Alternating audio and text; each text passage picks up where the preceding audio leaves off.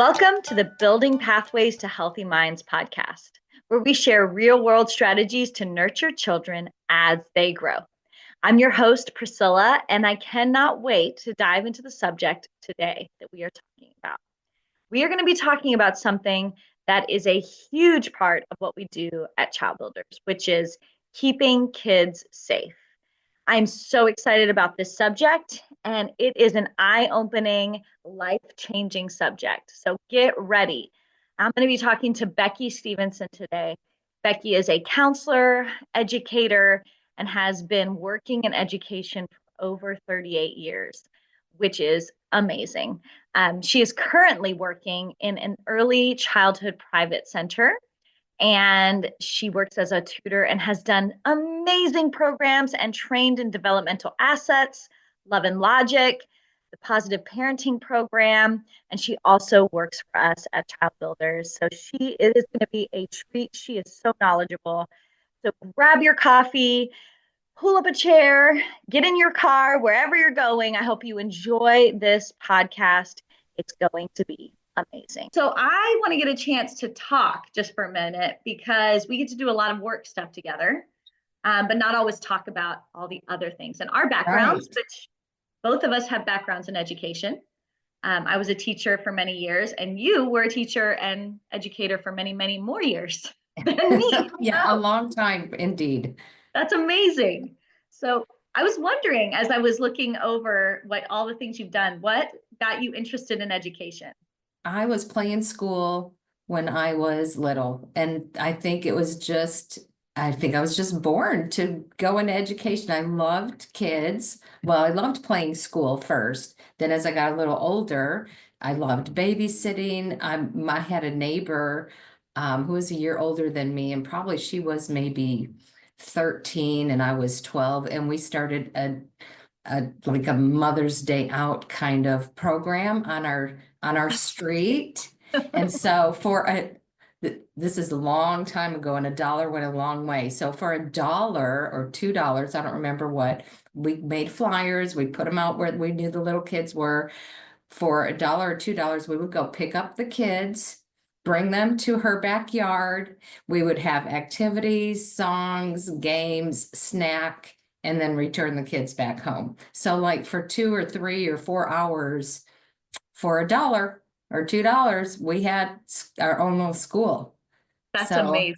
and I have not thought about that till you asked me that question. And like, yeah, we did all that, and like we did not charge enough. So, No, but it was probably fun. Like back then, I remember those babysitting days. It was like, I would have done it for free. I loved it. well, yeah, that's true. But of course, my mom or her mom probably supplied the snacks, and it True. cost our parents money. But we were entrepreneurs and we were educators from the very beginning. And I don't know, all those parents must have either needed to get rid of their kids, or they really trusted us. I don't know, but it was fun, and that's just kind of how it started. So. And then when I was in high school, I volunteered like for the ARC, the Association for Retarded Citizens is what it was called at that time. And so I was interested in special education, and that was a way to kind of get my feet wet there. And yeah, it You know, just kind of one thing led to another. I feel like that's the story of a lot of educators that I knew and worked with over the years. It's like we kind of just knew this was a calling. Like from an Yeah. early age, same for me. I loved kids. I loved my nephews and nieces, hung out with them all day, and just knew like I love teaching them things. I love being around them. This brings Yeah. me joy. I'm going to be a teacher from a pretty early age. And then I also did some special education work in high school, and that really solidified it for me. I was like, I am doing this. So yeah, I more than any other career, I feel like I talk to people and it's like I just wanted to do this my whole It life. just was innate. Yeah. That's my daughter is an educator, one of them as well. And she always playing school would set up her dolls and her dry erase board. And it's just she was just born to do that. Same Exactly. story. Yeah. So important to have someone on campus who can talk with kids, who can come in and do lessons, like Stand Strong, Stay Safe, Yes. which is part Yes. of our Keeping Kids Safe curriculum at Child Builders. Um, so, since we're talking today about keeping kids, we're talking about keeping them safe. And kind of under that umbrella is mentally, emotionally, physically safe. Um, so, what did those things, those kind of pieces, mentally safe, physically safe, what did that mean to you as an educator and counselor? Emotionally safe. There's so many things that happen at different developmental stages with kids. You know, when they're 4, they're learning to share and not grab or hit or push because somebody took the toy they wanted to play with. Or when they're older, how do you get involved in the soccer game at recess without causing a conflict? Or, you know, so it's just kind of maybe knowing what developmentally is happening at each stage, and then being on the front side of that and doing prevention.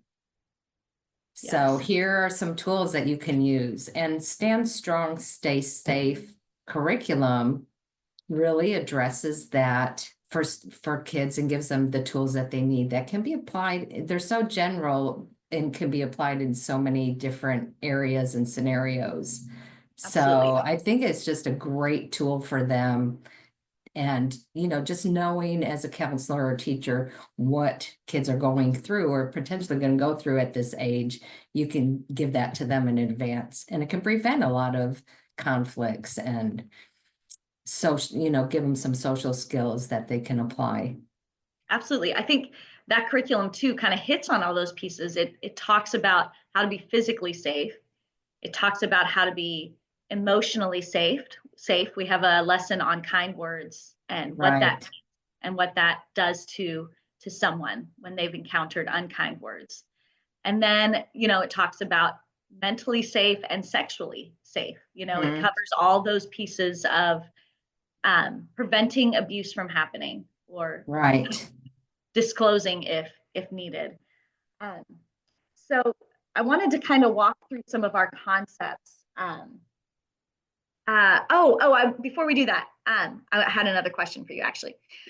We talked on our last podcast that I did um, about being emotionally safe, having emotional safety, and how that's allowing children to feel what they're feeling. You know, telling kids it's okay, whatever you're feeling, and how sometimes growing up we didn't always hear that. We heard, you know, Right. don't feel the bad. There's bad feelings, or you know, or cover those up, or don't show that.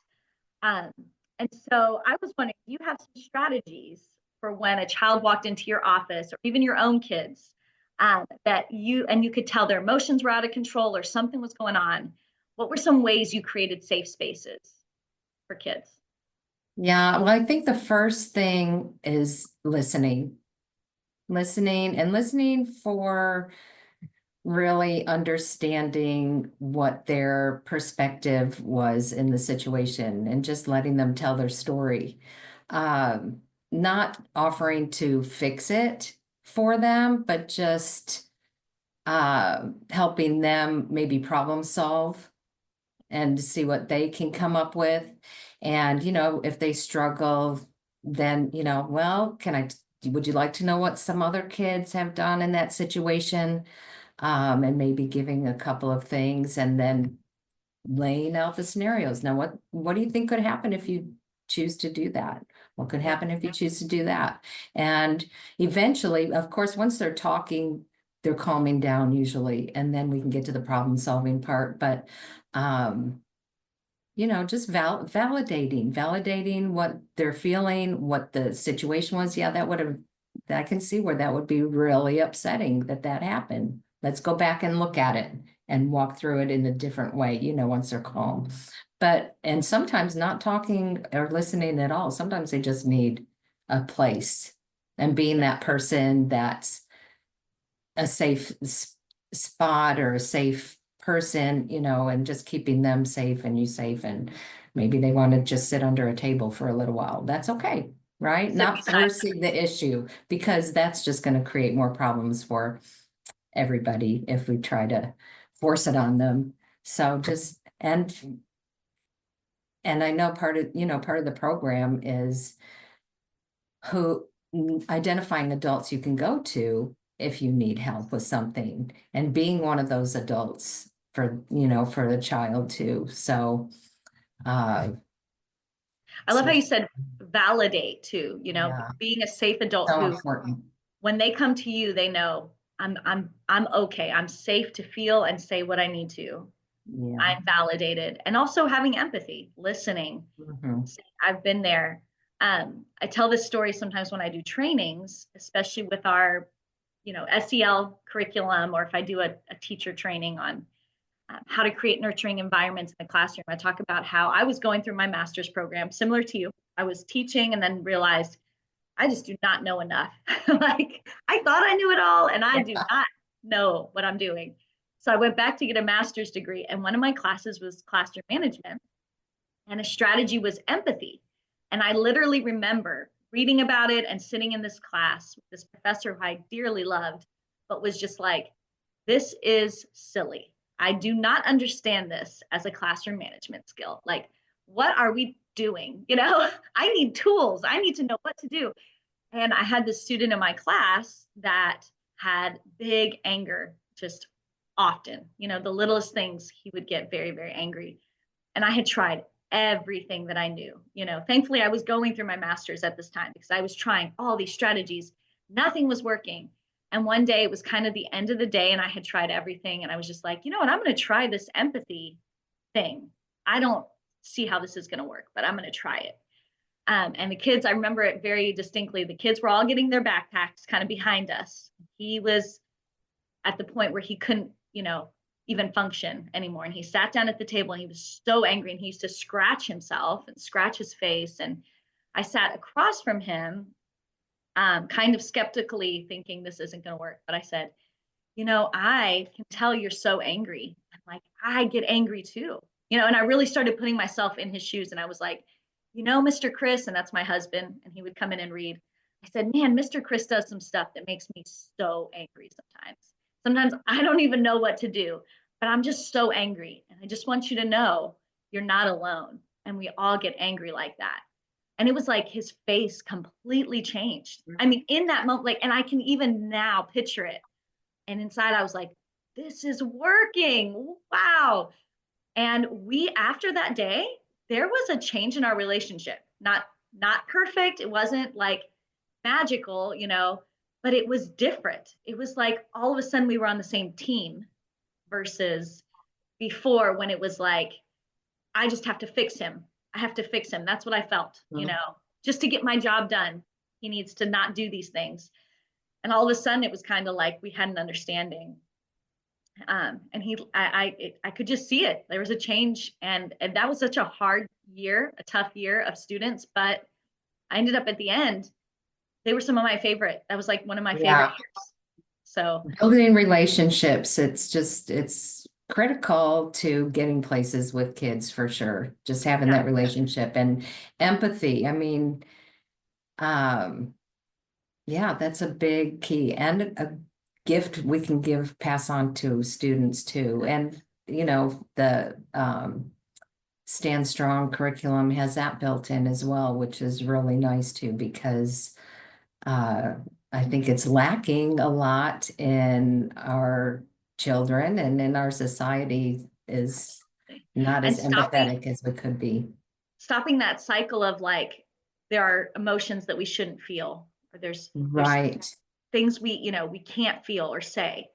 And teaching our kids that they can have empathy too, that they've been shown it and now they can have empathy. And maybe it's brave and courageous to say, right. I'm having a rough time. I'm struggling. Can someone come beside me, Can and you help? help me? Yeah, exactly. So yeah, empathy is definitely something. I think as educators, we're often in a hurry, and we've got a lot Yes, going on and a lot to do. And I often felt like as a teacher, my main job was managing. I had to manage all these little people. They had to do what I'm saying. I had to right.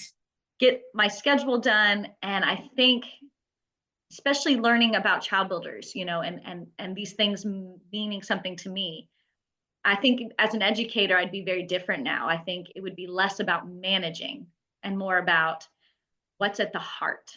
What are these kids? And that sounds like why you kind of went into counseling, right? Yeah, You're like, right. I'm tired of like just managing it all. I want to get to the heart of what's going on with kids. And then, amazingly, it frees up a lot more time for you as a Yes. teacher. And you make a Yeah. real difference versus just Yes.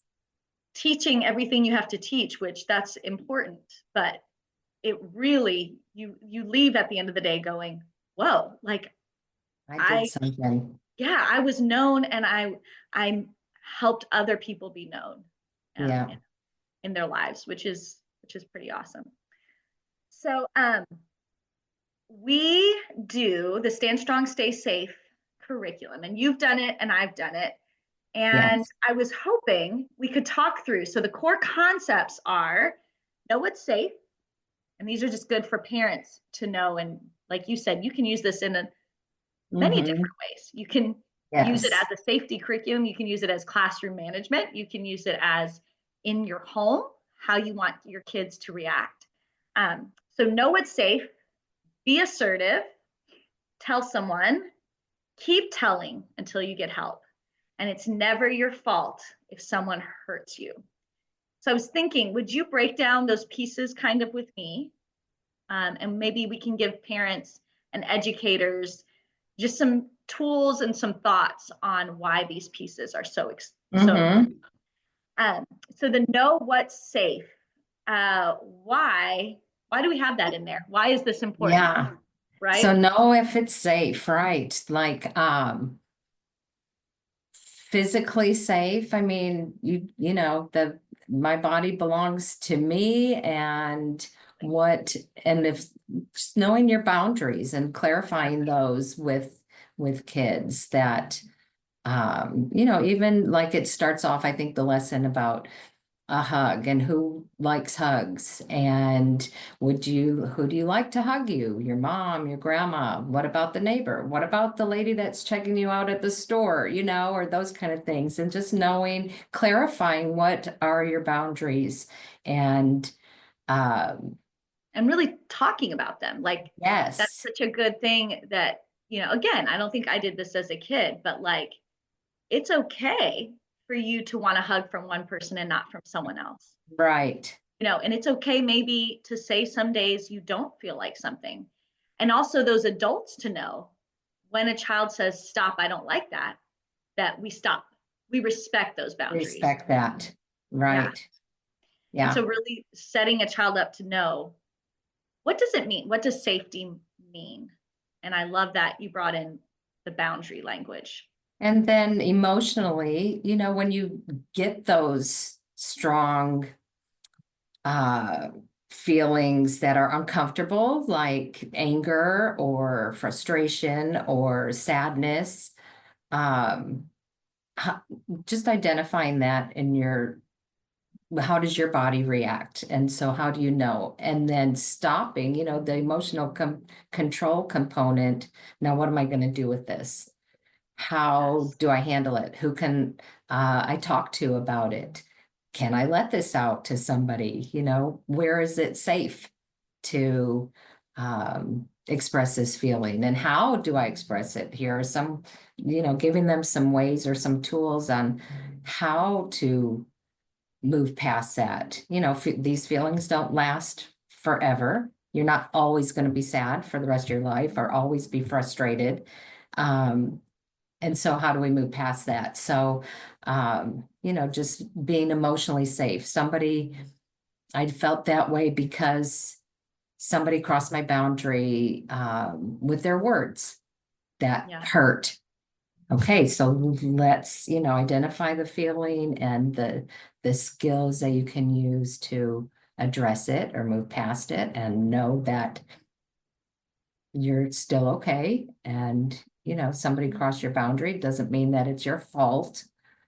Yes. And, so you have those those things that you just need to do some direct teaching, I guess, when the kids are young, so that they have tools for life, really. Yeah, and I love how you talked about the kind of emotional hurts or the unkind words. Instead of it being a just move on, don't pay attention to them. This curriculum and what we know is healthy through research with kids is saying, no, unkind words are not safe. Like that's Right. it. You do not have to sit there. You can be assertive, which is the second kind of, and this was a light bulb moment for me when I started working at Child Builders, and I went, oh my gosh, I could have used this when I was 6, 7. Yes. Um, so assertiveness. Um, would you dive into that topic a little bit? What have you learned about assertiveness? It's magic. Yes. It is. It's like Yeah. magic, and it's so empowering. And to watch a 3, 4, 5, 6, 7 year old use skills that they've learned through the program to say, I don't like that. And it's okay if I don't like that. You might like that, but I don't like that. And it's okay that I don't. And I can let somebody know that in a respectful way, a way that respects you, and then I feel respected. And so, tattling is really big with young ones. Yep. And just having that assertiveness skill helps a lot with that, which teachers love. That, Mhm. oh, please come back and teach my kids how to use their own words to solve problems. So, but giving them that skill and then watching them put it into action. Watching a child go up to their teacher and say, he took my glue. Well, did you tell him to, Right. stop? I don't like that. Please give it back. No. Well, go tell him. And they, watch a little one go over there and tell them, stop. I don't like that. Give me the glue. And they give it back. I mean, they're They just solve like, their own problem. they are ecstatic about it too, and feel so empowered and so strong. And just watching that develop over time, because I would start when my students were in kindergarten, going in the classes, teaching those lessons, and you teach it again in first grade, and then you reinforce it again in second grade, and just it becomes part of them, and they handle things differently, and they feel strong and okay with themselves. It's okay if I don't like something, and I can let you know. So yeah, It's like that assertiveness. validation. Right, Validation. again, Yeah. yes. Yeah. Well, and I love how you said it's like magic. I really believe that. I felt it click, when I first heard about assertiveness. And that it was okay. Like it could be okay for me and this was like in my 30s. My teens and my 20s, I was that person who, if I went through the drive-through and they gave me the wrong order, I said, thank you, and drove away and ate, the chicken sandwich versus the hamburger and grumbled, oh, can't believe they gave me the wrong order, like that passive aggressive.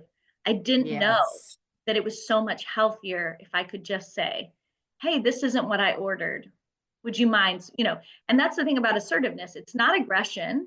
It's not being angry, saying Right. terrible things. It's standing up for yourself in a healthy way, in a respectful way, where you're respecting yourself and you're respecting that person. And, ever since I've learned that, even for me, so how much more impactful for a 5-year-old, but Right. it's life changing when you realize I am enough. It's okay for me to feel how I feel. And I can say this, I can respect myself. It just gives you ownership and independence. And if we can teach that to 5, 6, 7 year olds, we know they're less likely to be victimized because they're going to stand up for themselves, right?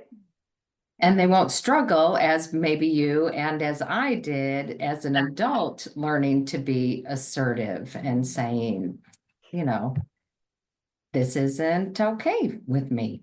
Yeah. And because that's not a skill that that I learned when I was young. So yeah, it took a while as an adult, but what a gift to give it Yes. to children when they're younger. And So I think yeah.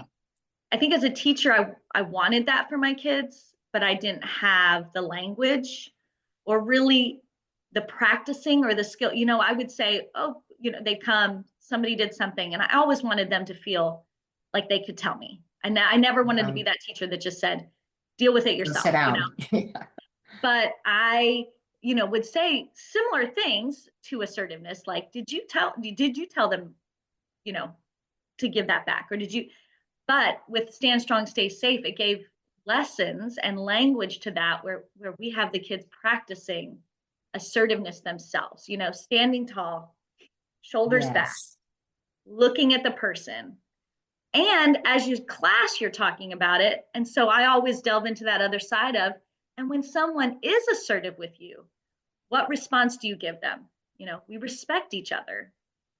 So when it's a whole classroom or school culture, it's a lot easier to really talk about assertiveness and put it into practice. Mhm.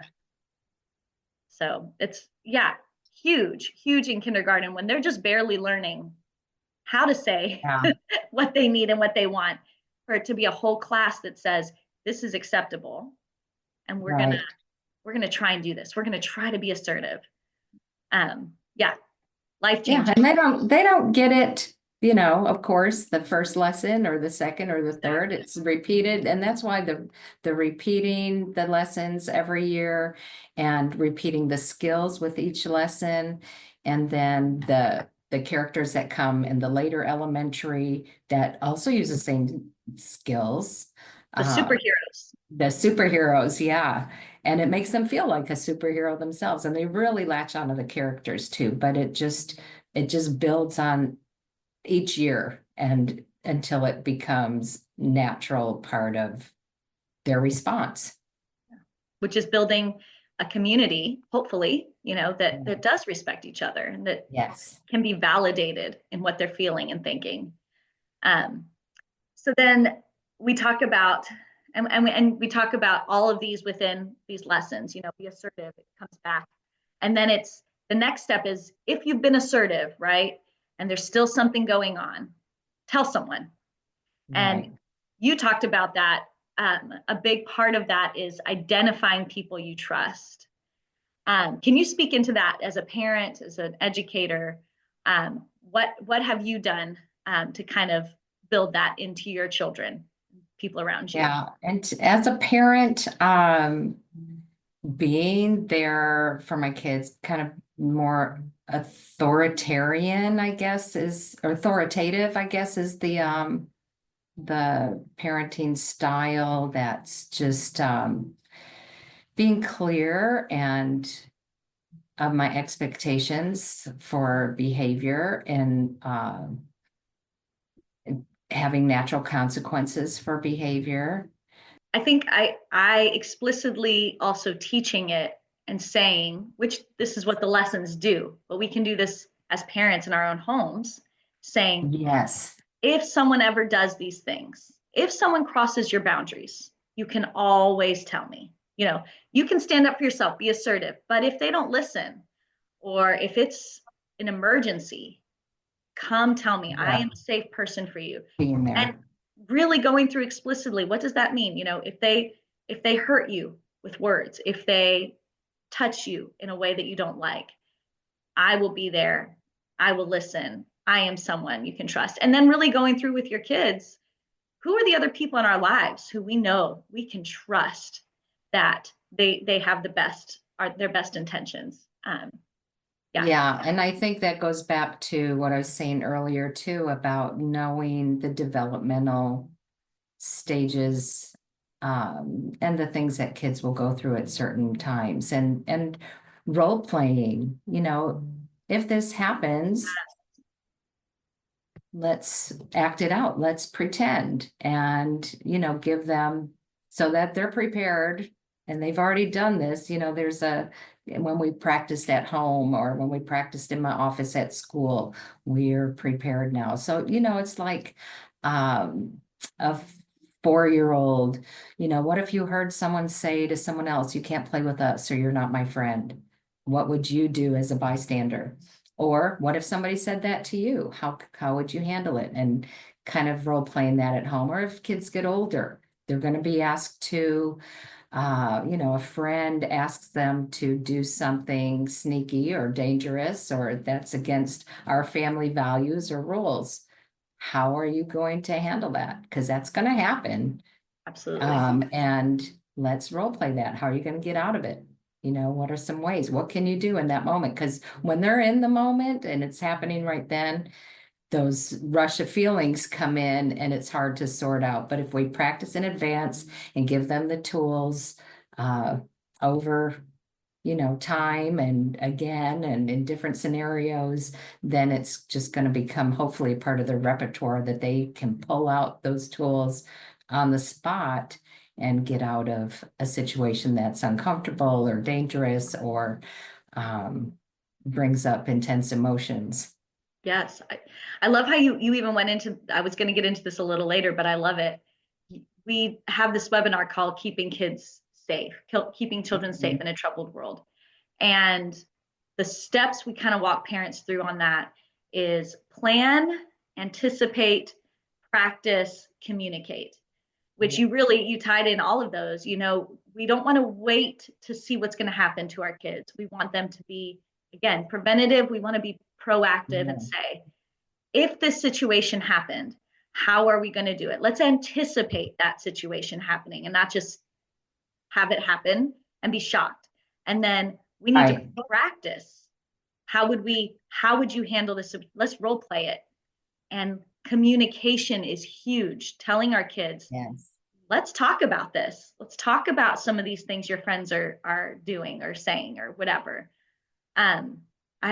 It always stands out to me when I first started at Child Builders. Amanda, at the time I wasn't a parent, and Amanda would talk about how she had practiced with her sons a scenario where, let's say you're backed into a corner in an area by yourself with someone. And normally I would say in normal life, hey, we don't hit, we don't fight. But if there's a situation where you're backed into a corner and it's physically unsafe, I want you to do everything you can physically to that person to get out of that.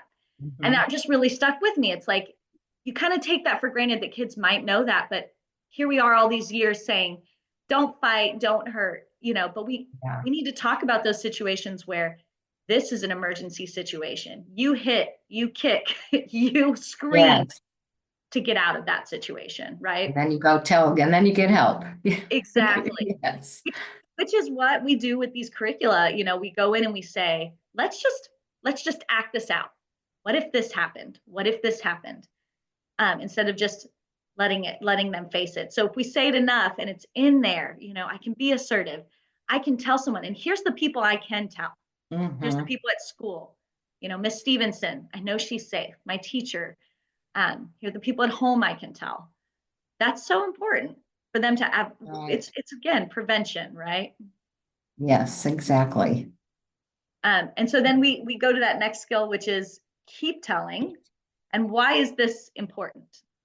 Yeah, like sometimes the person you tell is somebody you trust, maybe, and they don't really get help, or next time that person's not looking, it happens again. So that's why you just have to not throw in the towel, but keep telling. Find another adult if you don't feel like that one helped solve the problem for you, or it keeps happening because an adult's not looking and that same person is bothering you, and so you need to just report again and again, and it will stop because we're going to keep helping you, and it's important for kids. Yeah, so many stories of a child reporting even abuse, and somebody not believing them, thinking it's a made up story. And then that's discouraging too, that takes so much courage. And then for that, so we want kids to know you can keep telling. It's so brave, so keep telling until you get the help you need. And then the fault piece, it's never your fault if someone hurts you. I think that was kind of a very much a light bulb moment for me too. Yes. Yeah. Because that's not really something that we grew up with either, or that I did anyways, that you know, if somebody gave me a put down or something, I felt like that was me and that was who I was. I'm what they said I am.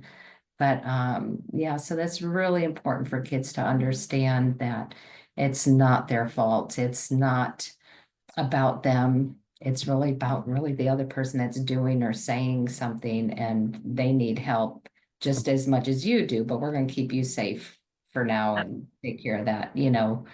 Um, so yeah, it's just knowing that when something is not your fault just takes guilt is a really hard thing to live with and just seems to get bigger, you know, guilt and blame and shame and just seems to get heavier and heavier the longer you carry it. So the message early that it's not your fault, it's, you know, hopefully they internalize it if they hear it over and over and understand that, you know, and it as a young child, I don't know how much you understand that, but Right. you know, if they keep hearing it, Yeah, and perhaps hopefully that gives them permission to do the tell someone, right. piece more. Even Yes. even if you're not fully believing it's not your fault, you've still been told it by this safe adult enough times to Yeah. know, okay, well maybe it's still okay if I tell then. Because I think it's that shame or guilt, like you were talking about, that wants to make you hide it, Yes. not tell someone. Yeah. Um, And that's, you know, what to going back to raising kids and talking to kids, just talking about those uncomfortable things, like sexual abuse or physical abuse or um, neglect, any of those things that kids might have trouble talking about, bullying even because they feel threatened. Just talking about that over and over so that it's a topic that's not taboo, but it's like, oh, talked about that. They know about that. I can talk about that, you know, just having kids hearing those things. And I think raising my own daughters, we'd have uncomfortable conversations, you know, that, oh, mom, you know, those kind of things. I'm like, we're talking about it because it opens the doors for them to go into some of those uncomfortable yeah, I think places. if you don't ever mention that stuff, there is shame around it, Yeah, and I think I probably felt that a little bit growing up too, where it was like those conversations weren't super open in our house. And so yeah, I think it without me knowing it, I'm grateful, I never was in a seriously dangerous situation, but I don't know that I would have been able to talk it through, because it was just yeah, not something we had ever really, the conversations right, hadn't come up like that. right, yes. So just acknowledging these things might happen and it's not your Your fault. fault. Yeah. And I think predators, often will, that's kind of that mind game, that they can play, where it's, if there's enough shame or fault there for the child to feel that, they may not say anything. So reminding them preventatively, proactively, these things are not your fault. I think that's a really big part of Huge being healthy. message. Yeah. Yeah, for sure. Well, if you had one takeaway from what we talked about today that you would want to leave with parents or caretakers of children to help them stand strong and stay safe, what would be your one? And I know that's hard to narrow down. We've talked about a lot of stuff, but Yeah. what would be something you would say to parents or childcare or educators about standing strong and staying safe?